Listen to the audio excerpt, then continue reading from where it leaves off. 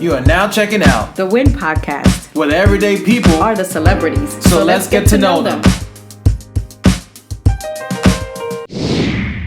Who am I? My name is SkittLeZ. I am a content creator. I am an actor and singer. I'm also a music educator. I'm all of those things under the umbrella of being a gender nonconforming Latinx individual from the Bronx, New York, born and bred. And yeah, I generally try to create content that is both funny, but also kind of shows me off, because the whole way I got into this was, I felt like if nobody was going to put me in front of the camera, I was going to put myself in front of the camera. And so, that's how my whole YouTube and Instagram video making, content creating things came about. And then also on the side, I've been a music educator for the last 5 years. I taught music in the South Bronx for 5 of those years. And then this year actually is my sixth year. I'm teaching at a special music school in Manhattan. And then also I co-host a podcast. I co-host and co-produce a podcast called Ladies Who Bronche with my best friend, creative partner, Julissa Contreras. And yeah, we just out here hustling.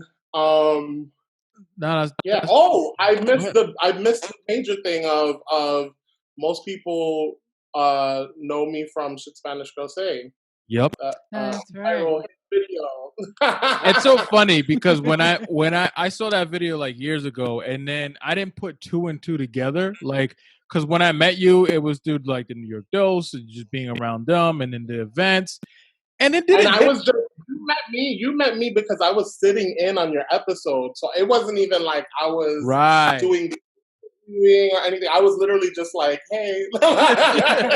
And I'm like, yo, in my head, right? I'm like, I know him from somewhere, but I'm like, I don't know where. It wasn't until my niece saw a picture of like of us and stuff like that, and she was like, I know him.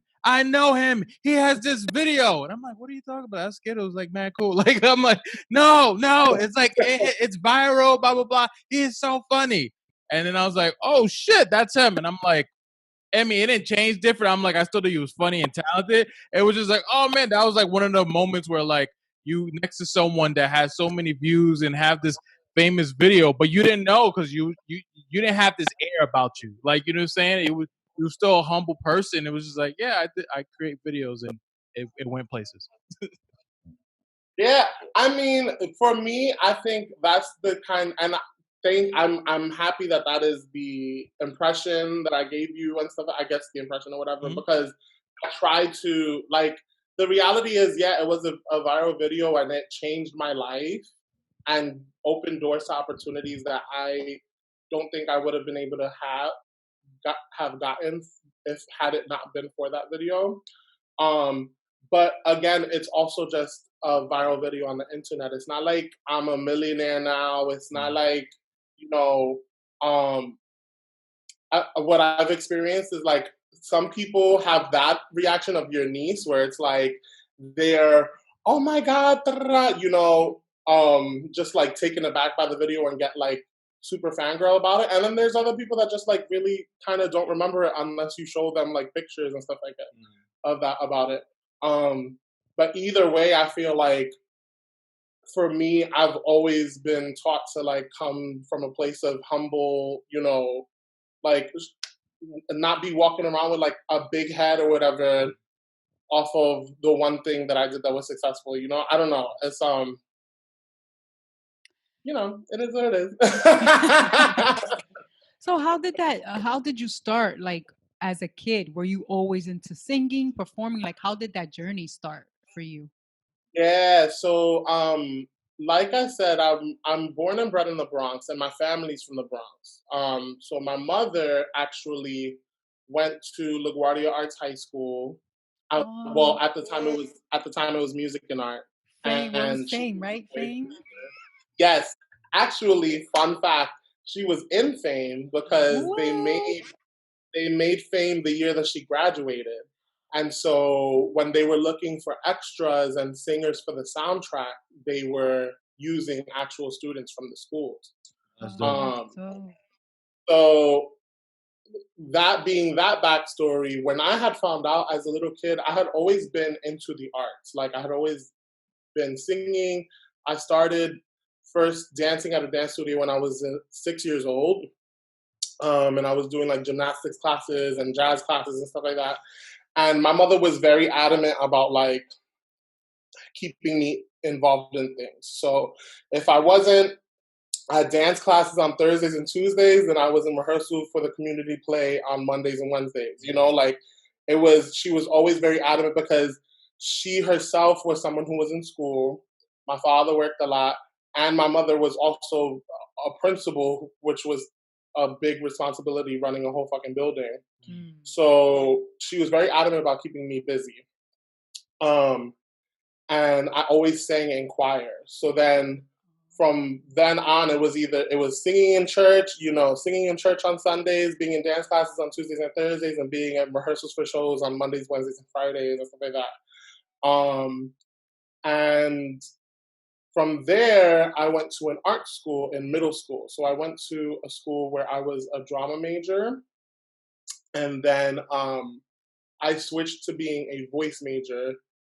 And then from there, I went up to being in LaGuardia. So I ended up going to LaGuardia for voice. I was going to say, I went to college. Like it's been a thing that has been following me always. Yeah. Yes. To answer your question, yes. So how did it? What did you receive from doing all these things? Like, how did it help you with like eternally? Like, I guess you're from the Bronx, so certain areas are great in the Bronx, certain areas are tough in the Bronx. Also knowing more about yourself and getting comfortable with that. So what did the arts provide for you during those times when you was younger? So because it never left you, because you still doing it up till today. Yeah, I think that the arts was always the place where people like saw me as talented and would like and praise me for that, and that was where I was feeling the most accepted. I think because from elementary school all throughout middle school, I was made fun of in school a lot. I was that gay kid, and it didn't matter how short you cut my hair or how big my clothes were. I was the gay kid of the class, so I was made fun of a lot for that. And then on top of that, on top of being like feminine and gay, I also wasn't someone who was playing basketball, and I wasn't someone who was super sporty, masculine, or, chasing after girls and stuff like that. So being a part of the arts was the place where I could just be more comfortable and be myself, and not have to worry about being made fun of by my peers and stuff like that. So. Because the arts always, I felt there was always non-judgmental when it comes to that. Like it was very accepting of everyone. How was that for you? When did you know growing up? Like, oh, I'm gay. How did your mom how was that for you? That process, that journey in your home life, and when you found out, like, wait. Yeah, I have a very interesting, like, unique situation in the sense of my family versus my school life. My mother to this day always tells me the story of there was a day where I guess growing up through my mannerisms, whatever, she could tell that I was going to be different. And so when I was around the age of like 3 or so, my mother basically like sat my family members down and was like, this is the case. And if you cannot accept my son, then you cannot accept me. That is beautiful. Oh my God, I feel like crying. How beautiful. Yeah. So she was on it from early on, and that really kind of prepped my family and my family is also just like a really accepting family. So, but it prepped them for what was, I guess, inevitably going to happen. So the place that I struggled the most with was in school because of my peers. And I think that in turn affected how I treated coming out to my family, because I saw how much the public was, rejecting, and being not nice to people like me. Um, I ended up coming out when I was officially, I ended up coming out when I was like 13, 14. And they was like, we do this at 3 though. Yeah, Why- Yeah, and my family was like, yeah. you did our makeup. Like we kind of But, knew this. but yeah, like I came out when I was like 13, 14 to my cousin, then my aunt, then my mother. And then um, my mother, from those three people, like I really didn't have to come out to anyone else after that. Like it was just kind of like something that was known, and if you didn't know, and then with the development of social media and how vocal I've been on social media, it kind of was just like not a need to be something that was a moment in time for my family. That doesn't mean that all my family members found out at the same time or we're all accepting. But when the non-accepting people are the minority, it makes them more uncomfortable to say anything, I guess. How I want to know, like, so now that you told your family and you certain people in the family, and what did that do for you in the moment where you accepted yourself, right? And now the battles from the world, because whenever I met you, I always felt like I always saw this confident, person of like being who I am, whether you like me or not, it is what it is. Not to say that you don't have issues from people that may not like what you are, but I feel like there's a different grasp now that you reach that be like, well, that's your problem. I don't have the problem. When did you Oh reach yeah. that to be like, yo, fuck everybody, this is me. I'm SkittLeZ. I think, okay, so I want to say ultimately it was high school. But not even like me saying that now, um, not even. But that was like the point when I entered LaGuardia as a freshman. I entered with the mentality that I was going to be bigger and louder and prouder than anybody, because I didn't want anybody to make me feel lesser than. Um, and that was the thing, like in middle school, because I was more feminine and because I was gay or whatever, I got a lot of heat from the guys. The girls were not as, I mean, I did get made fun of from girls, but like it was really mostly the guys that were like coming for me. And so when I came to LaGuardia, I was like, this is the end of that. I'm gonna be who I am, and they're just gonna have to accept me for who I am. And then from there, that kind of kickstarted the journey of exploring, myself and really kind of gaining the confidence with how I present myself and being unapologetic in doing that. Like, I always like to say that you can tell what year of high school I was in by how long my hair is, because my hair just like kind of got longer and longer as the years went on.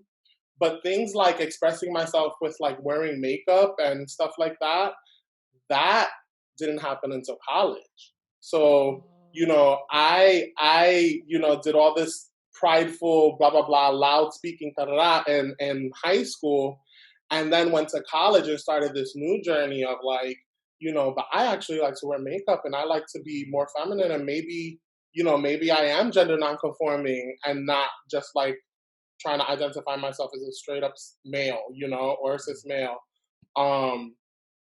And so, uh, and I think overall, it's definitely been a journey. I think to answer your question, that freshman year of LaGuardia was where I declared it, but overall, I think it's definitely still. Yeah, I was gonna say it's still. Hold on. I was gonna say that you're still evolving. So like it started from that moment, but now you're still blossoming and learning about many other layers about yourself that you're like, oh, I like this, so I'm gonna start doing that. And I think that's beautiful because you're not you're taking your time to learn more about certain things about yourself. And then once you grasp it, it's like, okay, now I'm going out there in the world and they're going to see it because now I've been seeing it. Yeah, and I think it's important, like, for me to like stand strong in that, because there's a lot of times where, in just me being in the room and being unapologetic of how I represent myself is important for the rooms that I'm in, you know, because a lot of people, uh, you know, they try to conform into what they think that the world of the arts needs to see, or the world that a teacher needs to be. You know, I had a very interesting experience throughout my 20s, because here I was getting really cool opportunities where I got to be like super fucking gay in front of a camera. But then I'm also over here teaching at a school in the South Bronx that maybe the students didn't necessarily care about what the fuck I was doing online, but admin and the DOE and you know, all the old fucking people that are running our school system did care. So it's like, it's been a very like push and pull, but I had to learn how to hold my own in that like very strict, you know, old school form of education, but then also push the envelope and be exactly who I wanted to be for the people who are following me on the internet. It's been interesting. Well, there was two questions. First, I wanted to know, where do Skittles come from? Oh, yeah. Skittles. It's a funny story. The nickname Skittles came from me getting suspended in my sophomore year of high school. So me and I was friends with this other girl who was a lesbian, and she and I were like the first two out. We weren't the first two out, that's a lie. But like in our grade, we were like the two, like I was the gay loud kid, she was the lesbian loud girl, like, you know? And somewhere along the line, we had the idea that it would be mad cool for me to graffiti our lockers. And so on my locker, I drew Skittles in like big graffiti letters with rainbows and shit. And on her locker, I drew Starburst. We were Skittles and Starburst. And that was just our way of claiming this, like, being the only two gay kids, which we certainly, again, I will say, we certainly were not the only two gay kids in our class. But it was our way of claiming that we were, like, the gay kids. And because I got suspended from it, you know, I just kind of took it and wanted to use that to label what I feel is my persona that I present to the world online. Because Skittles was like kind of like that proclamation of like, I'm the gay kid, whatever, Skittles eventually became like the name for my persona for when I wanted to be loud, proud, in your face, unapologetic, you know, be the YouTuber, be the content creator.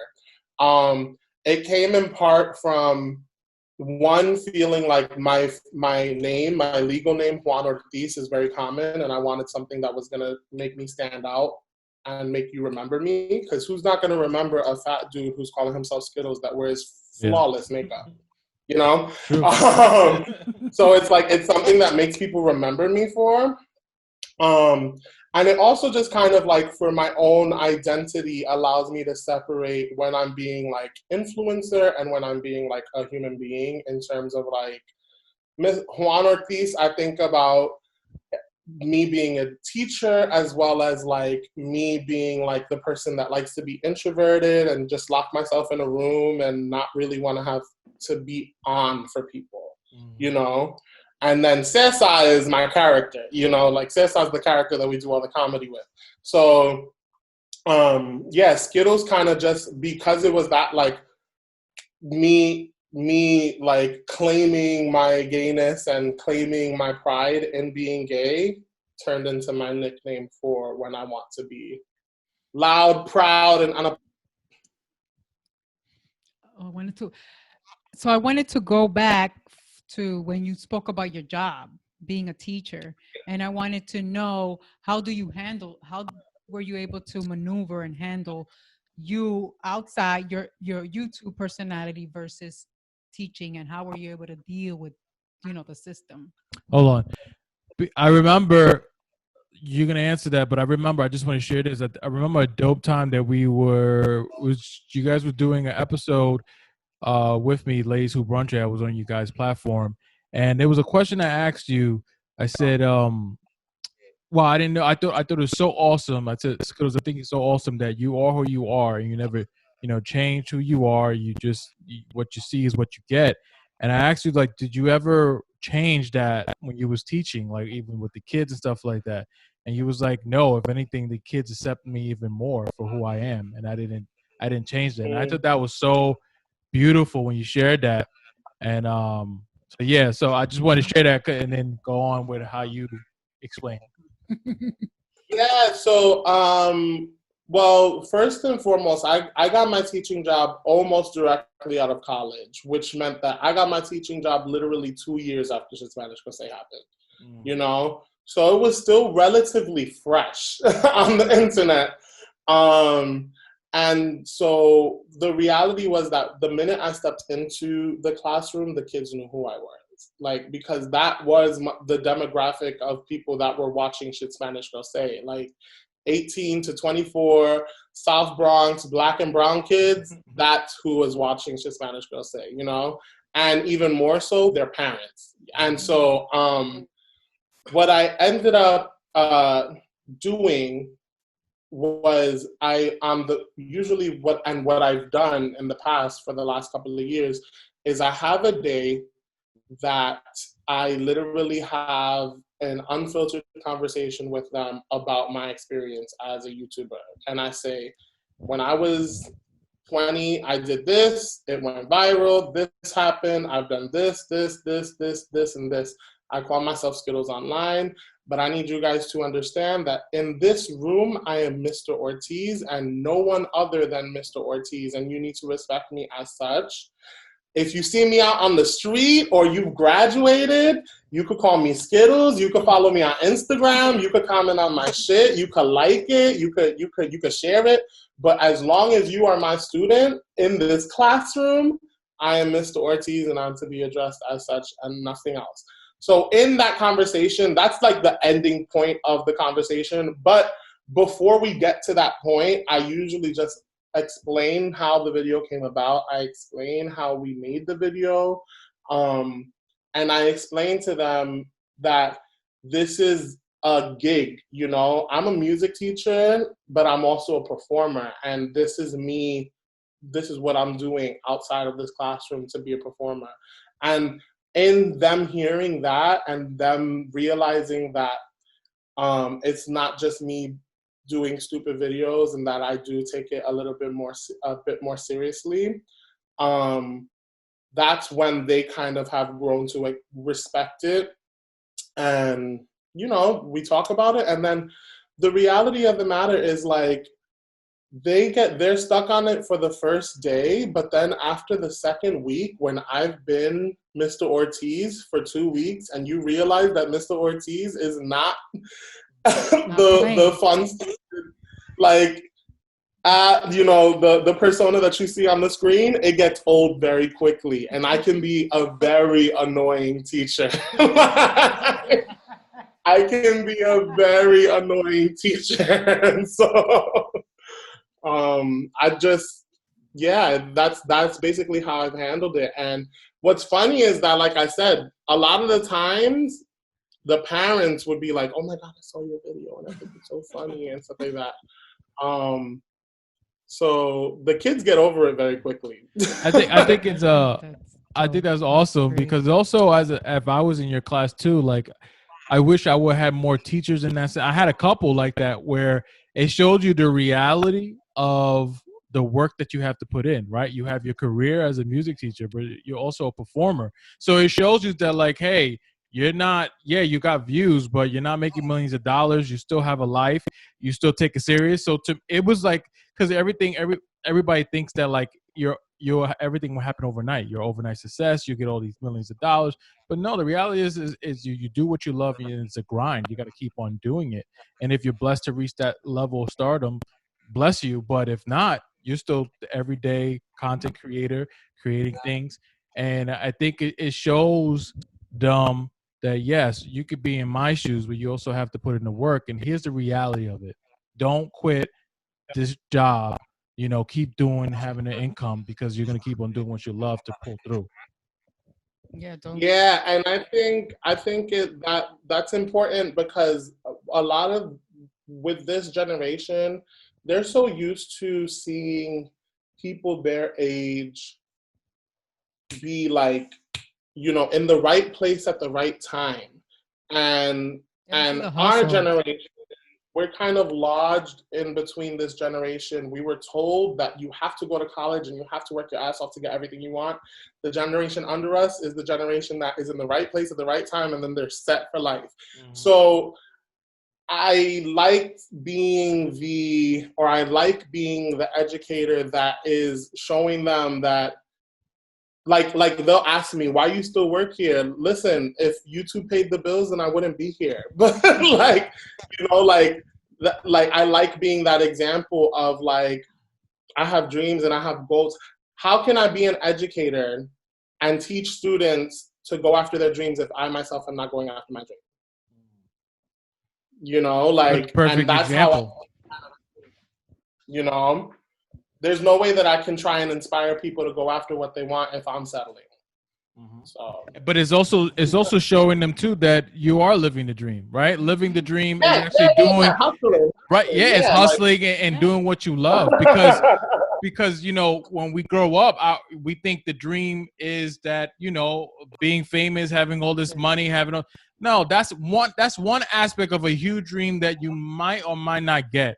The dream is doing what you love, doing exactly what you're doing. That's the dream. That's the dream. Yep.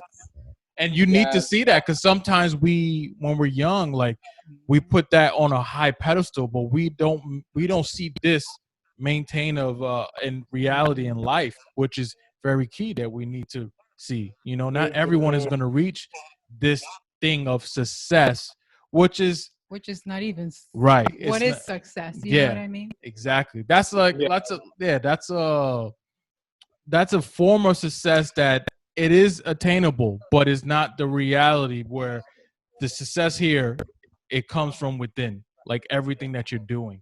That success will last until the day you die. Because when you look back, well, I did everything that I wanted to do, rather than like, damn, I didn't reach all these millions of dollars. And creating art that's meaningful and touches people's lives and is memorable, and people can relate to it. And as a teacher too, you're also being an inspiration to them. You know what I mean? Like, that's also part of a dream. Like, this is the future that you're helping educate as well. So that's part of the dream and the journey too. Yeah, for sure. When did you there was a line you said earlier today. It was like, well, they're not going to put me on camera, so I'm just going to put myself on camera. When did you realize that and started taking control of your career? To be like, I'm not going to wait for people to come to me. I'm going to start with what I got, and I'm going to give myself the yes and the green light. That actually, I want to say, happened after high school. So one of the things for me, one of the realities is that going to arts high school, you tend to go from being like the most talented at your school to being like a dime a dozen. Like, everybody in LaGuardia is mad talented, right? And so that played a large role in, I feel like at LaGuardia, though I was like loud and proud and stuff like that, I did get very self-conscious, and I don't think that I blossomed artistically as much as I could have if I wasn't so stuck in my head about not being as good as everybody else. So when I went to college, I went to Westminster Choir College in New Jersey, and that was exactly what it sounds like. It's a choir college. So everything that you do in the arts is done in in ensembles, in choirs. And so at school, I was like, damn, I really would love to have an outlet where I can express myself as a solo artist, you know, or as a singer. And at the time, on YouTube, there was a lot of people like Sam Sui who were doing these like covers, and like, you know, they were super high quality covers and becoming, you know, successful off of that. So that's originally how I started the channel, to start doing like cover videos and start doing like parody music videos. Because out of boredom, me and my friends would like to rewrite the words to songs and like create little like parody music videos to that. And then, so yeah, that was really the point at which I was like, okay, I'm gonna use this channel as an outlet to show off my skills, because I wasn't getting opportunities to perform that weren't in choirs. And so that's how the channel started. And then when Shit Spanish Girl Say went viral, that's when I kind of realized like, oh, this could be a thing. Like this could be, it went from a landing page to show off my talent to being like, oh, if I keep doing this, this can get me more opportunities, more and more opportunities and stuff like that. And so that's where I think I started taking it seriously in terms of like it being an art form, and this was like me putting out content and stuff like that. But again, like as time passes and things evolve, like then I was watching people become like have YouTube become their careers. And so that's, I want to say like, it wasn't until like 2 years ago that I buckled down and was like, I need a team and I need to have people that are helping me, because people are reacting to my work, but I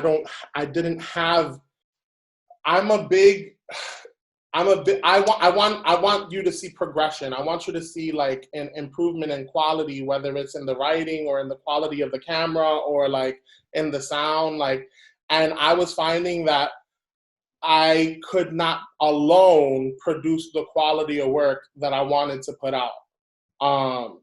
And so then it wasn't until like two years ago that I buckled down and actually like got a team and had like a group of friends sign agreements that they were gonna like be part of my team and build a brand essentially. So like, to answer your question, yeah, it started in college, but again, like, you know, it wasn't until Shit Spanish Girl Say that I was like, oh, this could be a thing. And then it wasn't until 6 years later that I was like, oh shit, I need a team and I need to like be a brand. She's gonna go to the bathroom. How tough was it for you to, I guess, well, I don't want to say tough, but like, what was the challenge for you now that like, okay, used to being working by yourself to now working with a whole bunch of people, and yeah, you made them sign agreements, but at the same time, like no one's going to care about a project as much as you, or maybe have the same work ethic as you.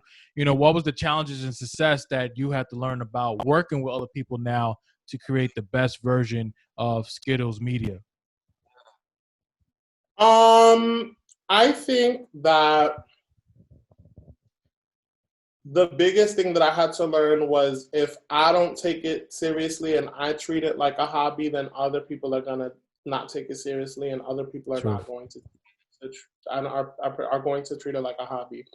And like, you know, the people that I have on my team are people that are consistently supportive, consistently like pushing me to be my best and want to see me win, and or us win, really, because it is like a team effort. And I think the challenge really was within myself, like making myself treat it seriously, because the minute that I started treating it seriously, that was when they were like, all right, we all hands on deck, you know?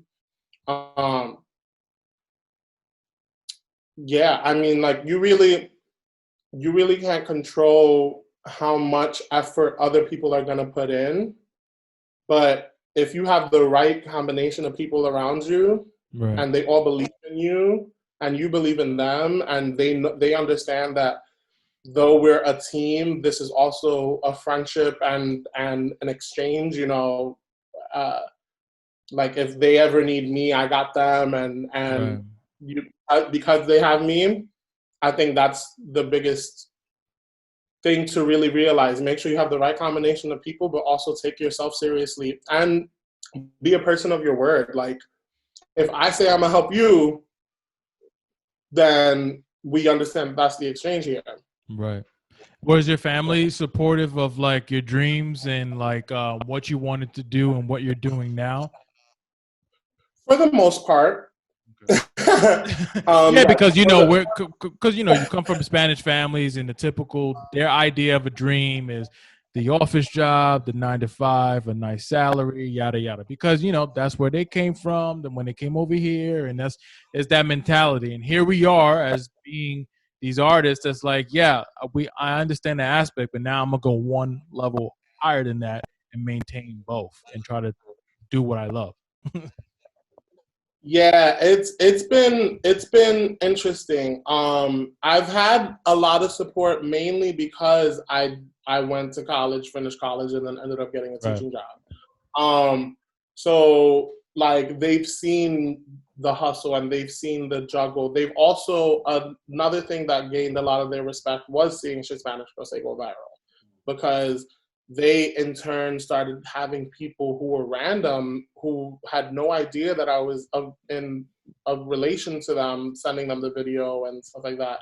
So when they saw how widespread the video hit, that gained a bit more respect. Um, you know, recently in August, I quit my full-time teaching job and started teaching part-time. That was a huge thing amongst my family that not a lot of people wanted to like really say anything about, and not many people could really say anything about it because Right. I've remained afloat and haven't necessarily been struggling the way they thought that I would when they first initially heard that I was going to be quitting my full-time position as a teacher. So like, What made you do that transition? How scary was it for you? Like, you know, to now go to another unknown and journey. it was terrifying. It was the most terrifying yet liberating decision that I have ever made in my life. There were a lot of different factors that went into me choosing to leave that job. Some having to do with the job, some and mostly reasons having to do outside of the job. Um, and I guess just eventually it got to a point where I felt like I needed to rip the Band-Aid off. I had never fully intended on becoming a full-time teacher. You know what I mean? But the opportunity was given to me, and so I took it because it was, again, job stability, a stable paycheck. I was coming straight out of college, it was a job in my field that I had a degree in, that was at a school that I was going to have an actual classroom with actual instruments in. Like, that was an opportunity that I could not have given up, because that's an opportunity that music educators don't get. There are a lot of music teachers that are going from school to school every day, pushing a cart, and begging people to make copies for them. But I was going to be like in a school culture with a classroom, with instruments, and, some funding. So like, I took the opportunity and it was a great learning experience, but the reality was that I had never fully intended on like dedicating my life to teaching, So that mixed with the things that had happened at the job and things that had happened in my life last year, it just came to a point where I was just like, I have to do this and I have to make this change and I have to at least try, because I don't want to live my life thinking, what if, what if I never took the chance? And, it was scary. And I left that job, but then, thank God that 4 days later I had another part-time job. And so, it was still in the same field. It just wasn't the same time commitment. People really don't take into account the time and the energy that it takes to be a full-time teacher. You are dealing with 200 plus students 5 days a week that are of no relation to you, but you have to care for them and you have to try and educate them and you have to, put in that effort, because if there was one thing that I wasn't going to be, I wasn't going to be a half-assed teacher, like if you're going to be in the profession, do it fully. And so what did you learn? Because what did you learn about yourself or through the kids being their teacher? Because growing up, I always say teachers were very important in my life, but then you have your kids that don't take it serious, whatever. They're just a teacher, right? And I think that as we get older, there's a shift in us where sometimes we maybe took some teachers for granted, but now here you are, like 360 again. Like one phase of you was a student and now you're a teacher. So what were some lessons that you learned about yourself being a teacher, or maybe a lesson that you learned from the children there that was an ongoing lesson that kept on showing up?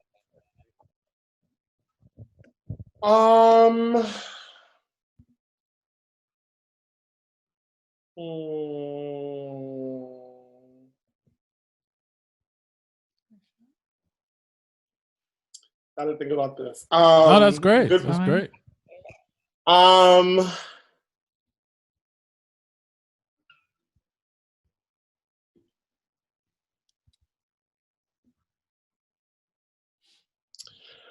I think one of the biggest lessons, well, one thing that was constant was patience. Because when you're a teacher, you deal with, kids not wanting to be in school, right? But when you're a music teacher, you're dealing with that added apathetic attitude of like, well, I'm not going to use this in my life, and blah, blah, blah. So like the patience for yourself, because as a musician, you have studied and taken this so seriously all your life, to then see students not take it seriously, hurts your feelings, even though it has nothing to do with you, so you got to have patience with yourself, patience with the students, and patience. I'm wondering if that is like the overall like overarching lesson. Because also the idea of like, how are you going to reach the students that aren't taking it seriously? Because in reality, they really aren't going to use the shit. And they have like 10 other things that are happening at their house that they're way more concerned about than passing this like music test, Right. Patience in teaching them the importance and in trying to reach them and have them appreciate the subject. Did you ever have a moment where you saw yourself in one of the students, like all the fucking time, and I hated it because you want to know what? I was that student that did all my work, but I wouldn't shut the fuck up. and I had a couple of them. That's funny. That was always the parent-teacher conference. Like, he does all his work. He's a great student, but he's a little chatty. Like, that was always the parent-teacher conference comment. And yeah. Oh, how was it for parent teachers, for some of the parents? Like, you have the kids that accepted you. Oh, Well, how yeah. was it for like maybe some of the, did you ever have run-ins with some of the parents who's like, wait, this is your teacher? Yes. So I had certain cases. Well, okay, first off, parent teacher conference, nobody's coming to see the music teacher. Like, music teacher, That's gym true. teacher, foreign language teacher, we don't get seen. We're not put at the top of the priority unless we are the one class that they got that 95 in and that student is trying to show off, you know, like the one class that they did wrong well in. But parents in general, when they go to parent-teacher conference, go straight to math, English, science, because those are the ones that they're getting tested in and da-da-da-da, all that stuff, right? So parent-teacher conference for music teachers, foreign language teachers, and gym teachers is fairly boring. Like, literally sitting there not doing anything. But for the parents that I did get to see, it was one of two extremes. It was either the kid that was like mad good every day and got good grades in every class, and their parent is just doing the rounds to see every class to get told the same thing, that their child is amazing. Or it's the kid that I called in because I needed to speak to their parents because something needed to be happening about this behavior in this classroom. There was 2 instances where I was slightly scared of the parents.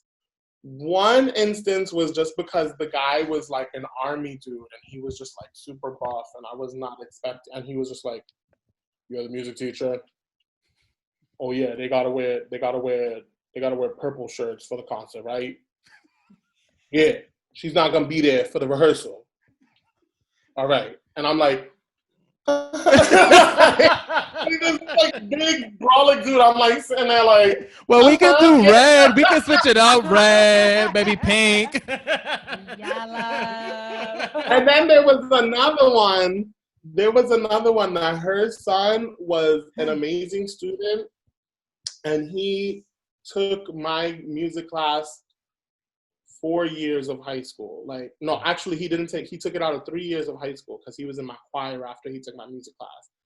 And he was a great student, you know, but his mother scared the living daylights out of me because she was just like this super straight-faced, like Dominican woman who looked like she could be my mother/grandmother. Like, she was kind of old enough to maybe be my grandmother if her kids, like if she had kids early or whatever. And this woman honestly scared me. And she never said anything to me. Well, no, she said one thing to me one time and I was like, all right, calm down. But like, she never said anything to me about like my appearance or how I act or anything. It was just her demeanor, just like shaking in my boots. That look. Damn. Yes. Oh my God. Wow. So SkittLeZ, man, we got to know you, and thank you for sharing like a lot of those things about your life. We're gonna move forward to one of our segments called "Let's Look Inside." We're almost done, but not yet. So the first question for "Let's Look Inside" is, what do you love about yourself? Ooh, what do I love about myself? So much.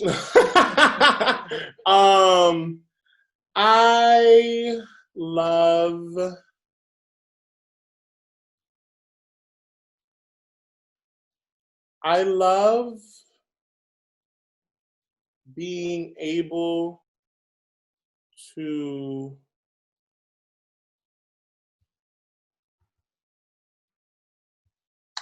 I love that people see me as a positive, like, person that they look to for a laugh, or they look to have fun, or they look to be comforted,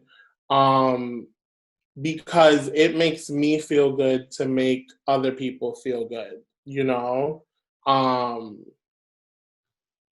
So I like being someone that people feel is like a positive energy to be around.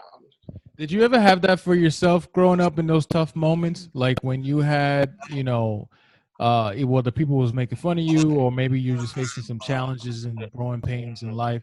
Did you ever, you had the arts, but did you ever have like maybe a couple people that you can, what you love, what you love about other people that they love about you? Did you ever have that for yourself in those tough moments? Did you have somebody?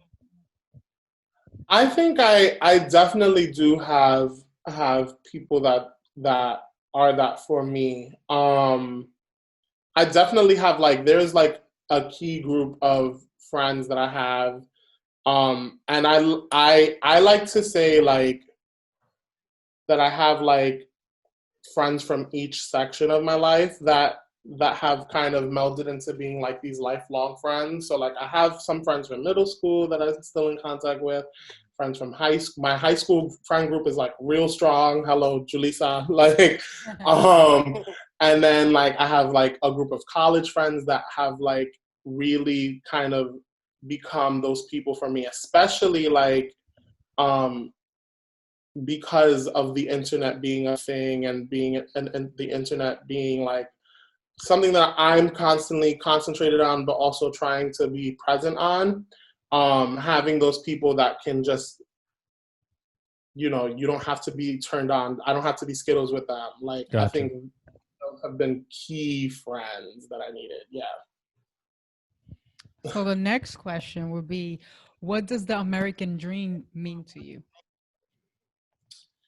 Ooh, the American dream to me means the people in charge actually doing their job and upholding, the principles that this country has been founded upon, quote unquote. In particular, the police doing their job. And then aside from that, I really think that an American dream for me would be like the idea of passing on, I don't want to say generational wealth because I don't want it to seem like I want riches, Right. but like having something that I can pass on to my family. The wealth can be like in your situation doesn't have to be the money. It could be Yeah, I like was the gonna knowledge, say. the wisdom, the instruments, the music. Yes. Like just All that like content you have, it stays with you. making something to be able to like, leave a mark on people. I don't know. Like, Oh, that's great, and you have already, and it's going to continue. The next question. Yeah. Oh, the next question is the last one. If the average lifespan was 40 years old, how would you live differently? ooh, Right? wow. That's a good one. Damn.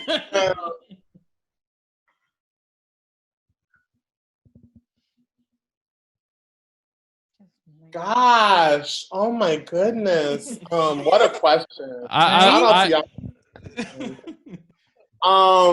I love these moments though when you sit back and think, because it's great. It's like Yeah. you're just not gonna say anything, just like bullshit. You're like, yo, I really gotta think about this. Yeah, no.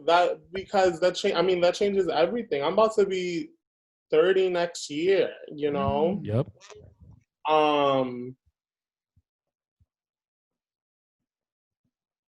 I think, and I'm gonna say this, but I also feel like there's a way in which this wouldn't happen because of like maturity and like I really am a firm believer in like the idea of like, allowing yourself to mature and evolve over time because the person that I am today is not the person that I was when Shit Spanish Go Say came out, is not the Right. person that I was, you know?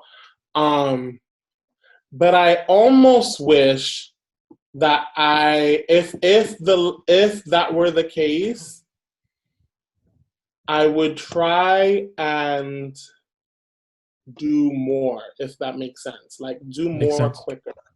There are a lot of times where I'll sit and I'll wonder about like, damn, like for Shit Spanish Girl Say, let's take that for example. There are a lot of times where I've looked back and been like, damn, I wish we, the team of people that made Shit Spanish Girl Say, were smarter in terms of like taking advantage of that success to see other things happen. You know what I mean? Like to see where that could have taken us.